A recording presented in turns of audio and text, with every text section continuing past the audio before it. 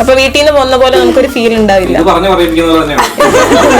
എന്നെ ചീത്ത പറഞ്ഞു, ഞാൻ ഒരു ഓൺലൈൻ ക്ലാസ് പോലും കൂടിയിട്ടില്ല.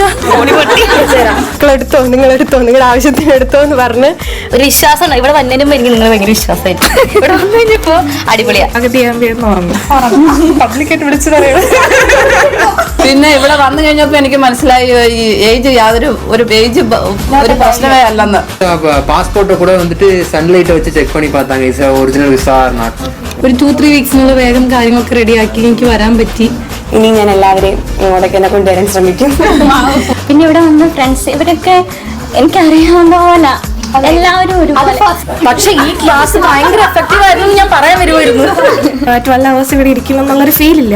അടിപൊളിയാണ്, ഒന്നും പറയാനില്ല. ഞങ്ങൾ ഒരുമിച്ച് കാറിലിരിക്കുന്നു, അപ്പോഴാണ് റേസ് മാം വിളിച്ചത്. അപ്പൊ എന്നോട് അമ്മ ചോദിച്ചു, നീ ഇതുവരെ ഒന്നും അന്വേഷിച്ചിട്ടില്ല? അവരിങ്ങോട്ട് വിളിച്ചു ചോദിച്ചതൊക്കെ എനിക്ക് പുട്ടും കടൽ ഇഷ്ടം. നന്നായി എൻജോയ് ചെയ്ത് ക്ലാസ് ഞാൻ ആദ്യമായിട്ട് കൂടിയത്. ഇത്രയും നാൾ പഠിച്ചിട്ട് ഇപ്പോഴാണ് ഒന്ന് എൻജോയ് ചെയ്ത് ക്ലാസ് ഒക്കെ ശ്രദ്ധിക്കാനൊക്കെ പറ്റിയത് ഇപ്പോഴാണ്. നേഴ്സറി സ്റ്റുഡന്റിന്റെ ലെവലിലേക്ക് ഇറങ്ങി വന്ന്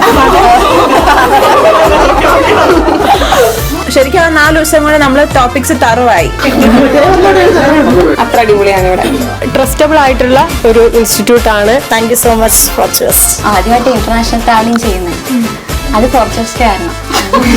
നിങ്ങളെ പോലെ തന്നെ സുന്ദരമാണ് ഈ സ്ഥാപനവും. എല്ലാവർക്കും കണ്ണും പൂട്ടി വരാം ഇങ്ങോട്ട് അല്ലേ?